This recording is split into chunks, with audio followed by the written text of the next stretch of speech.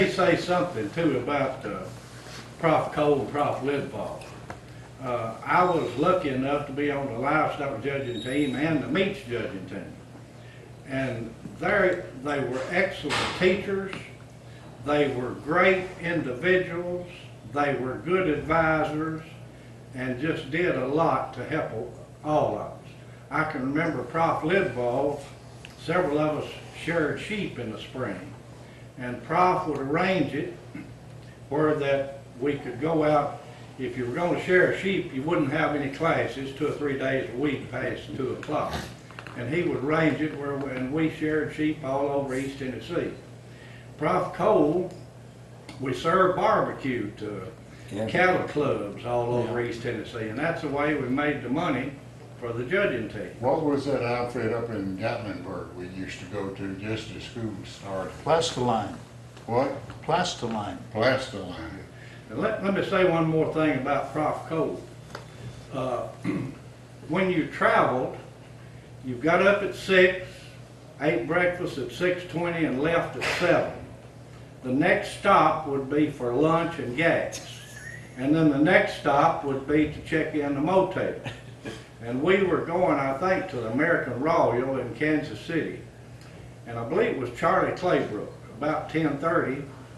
Charlie said, Prof, I gotta go to the bathroom. And Prof just kept driving.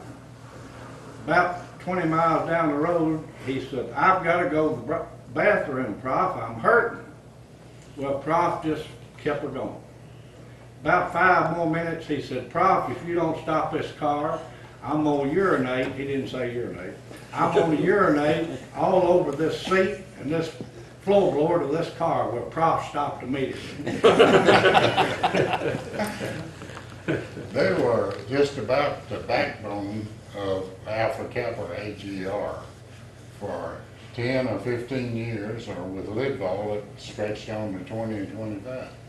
And also Dr. Bladner. Yeah. Came along later. Yes. Talking about Prof. Lidball, I never did have any classes under him because I was in the other side of agronomy side and was getting out with as few hours as I could. But I remember as a freshman, he really did impress me. I was participating like the rest of the freshmen did in the freshman foot race. And we all, of course, went over to Nayland and we ran the length of the field, and the winner got recognition and so forth, and I went over too, but I knew I couldn't keep up, and I just loafed kind of going down the field like some of the rest of them did. And when we got back to the house, Prof. Lidball said, you didn't run very fast in a freshman foot race. And I said, well, I knew I was slow and I couldn't compete with some of those guys. And he said, you should have been in there running, and you might have fallen down in front of the guy that won the race, and one of your brothers won it. Said, you got to be in there and be trying whatever. So that taught me a pretty good lesson. Well, they were sure good guides for the early days when we were still a club. Prof. Cole and Prof. Lidball always kept that on subject, never allowed it to get off into any kind of a bull session. They kept it moving, they kept it, as I say, on subject. And when we left there, we had accomplished some things each and every time that we met that were going to be significant in the formation not only of, or continuation of the club, but the formation of the chapter. And so they are due really always a great deal of thanks for what they did for the club, and particularly then at the time we got the Shield. I think we should say something about, I came up here as a junior, and of course I had a little experience down at UT Martin, and but I'd been out of, that's the first time I'd been out of West Tennessee when I came up here, you know. Skull Bone, Tennessee is where I came from, so you can imagine where that was.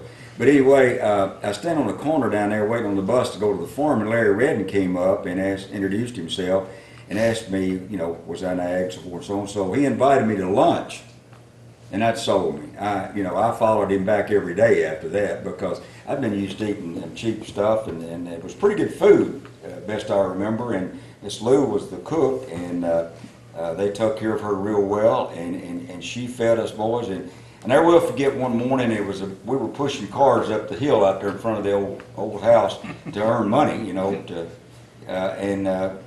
we weren't really charging anybody, but everybody's giving us a tip. Then we said, well, heck, if they're going to get, we just well to charge them.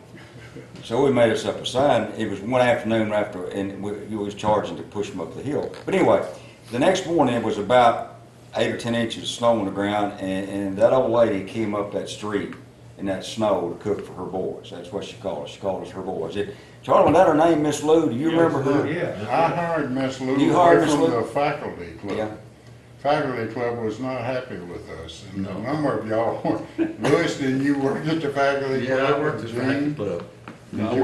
I worked there too. Well, a bunch of our fellows worked and probably give me some inside dope on Miss Lou, but I hired Miss Lou away from that club, and I was the first steward, I suppose, and then Billy Ballard followed me. Yep.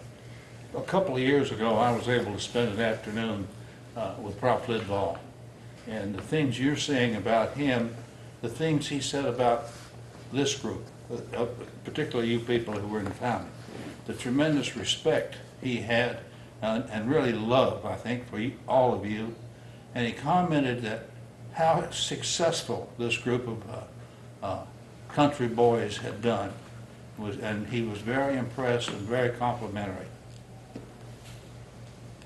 I think what I remember about Prof. Cole as much as anything is we'd get into a real financial bind, and we'd go to the bank and borrow $100, and he would sign for it, and always sign for it.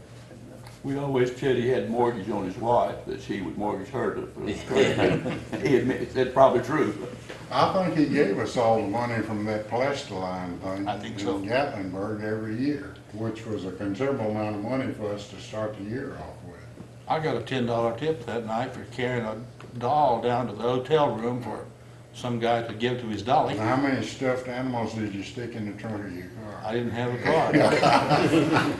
I think we should also say something about house mothers.